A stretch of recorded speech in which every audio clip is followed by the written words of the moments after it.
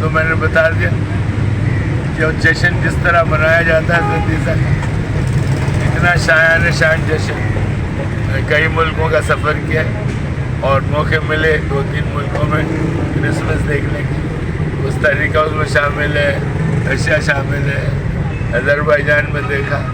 ارے بھائی آپ سوچ نہیں سکتے جس طریقے سے، جس پیار سے عیسیٰ کی پیدائش کا دن منا، جس عقیدت سے اور لوگوں کی جس طرح مدد کرتے ہیں پاگلوں کی طرح. تم میں وہ جذبہ کیوں نہیں پیدا؟ تمہیں پیسے کتنے عزیز ہیں، تم اپنی ہر اقدار، اپنی ہر ویلیو تم نے اٹھا کے کچرے میں پھینک دی. شرم کرے، شرم کیسے مسلمان؟ وہ شرم نہیں لگتی ہے بولتے ہیں کہ میں مسلمان ہوں اور میں ایک عظیم مذہب کا پیروکار ہوں، ایک عظیم نبی کا، آخری نبی کا پیروکار ہوں، ایک سچے نبی کا پیروکار.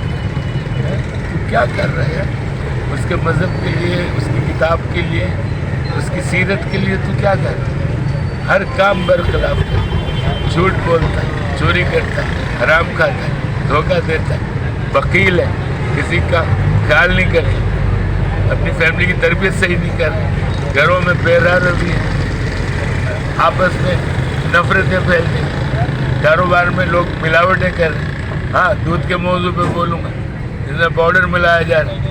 یار ہم لوگ سب چائے پیتے ہیں، چائے پینے والوں، چائے کے ہوٹل والوں، یار تھوڑا سا خیال کر لو، احساس کر لو انسان کا. ہمارے مسلمان بھائی، ان کو تمہارا بیمار کرنے کا پروگرام، تمہیں پیسہ اتنا دیا ہے، تم کو پہلے سب سے پہلے اپنے پیروں میں پتھر باندھ کے پہلے پہ چھلانگ لگا دینی چاہیے، شرم سے اور اس بے عزتی سے اور اس ندامت سے کہ تم انسان کا قتل کر رہے ہو. ان کو ملاوٹ والا دودھ میں چائے بنا کے دے، شرم آتی ہے تمہیں؟ کتنا تیرے کو پیسہ عزیز؟ یار تم لوگوں کو کیا ہو گیا؟ کس بدتر نام سے تمہیں پکارا جائے؟ او عرب کے بھائیو، اب آپ کے لیے آ رہا ہوں، تمام عزت کے ساتھ، تمام ڈیو ریسپیکٹ کے ساتھ عرب کمیونٹی سے بات کروں گا. I may speak couple of sentences in English for the international crowd, for the international world, Muslim world, and other religions as well. It's a flag, the Arabian flag. It has کلمہ، مسلمانوں کا سب سے بڑا وحدانیت کا اور اسلام قبول کرنے کا پروف. آپ نے اس کو جھنڈے پہ لکھ دیا. آپ کو پتہ ہے جھنڈوں کی بے حرمتی کس طرح ہوتی ہے دنیا میں؟ یہ آپ کے لیے لمحہ فکریہ ہے میرے عربی بھائیوں، Arab brothers. It's a wake-up call from a brother from Pakistan. You think about it at the national level, at the international community level, and the Muslim community, international community. We must ask Saudi Arabia to change the configuration of the flag. This kalama, in the best opinion of mine, under the Islamic light and under the Islamic respect and ideology of kalama, you should not have this Arabic version written of the kalama on the flag. Small kids do not know the respect of flag. They can throw a flag on the ground. Factories make flags, thousands of flags on the day of independence, and the flags flutter all around the country, all over the world, in the embassies, and because of certain negligence, they can go to certain areas which are not even parked, which are not even clean. And that is a disrespect, total disrespect to the kalama. آپ کا جو کلمہ ہے اس کی total respect ہے، total disrespect ہے. تو it's a request to the Saudi Arab government, think about it, think at the government level and to the Muslim community around the world to focus on it and tell Arab brothers the truth that this kalama should not be on the flag. Pakistan Zindabad. There is more to speak about it. We'll check it out if I may make another video and let you know more about Islamic world. Because we need to do something. You just cannot sit like a goof, like somebody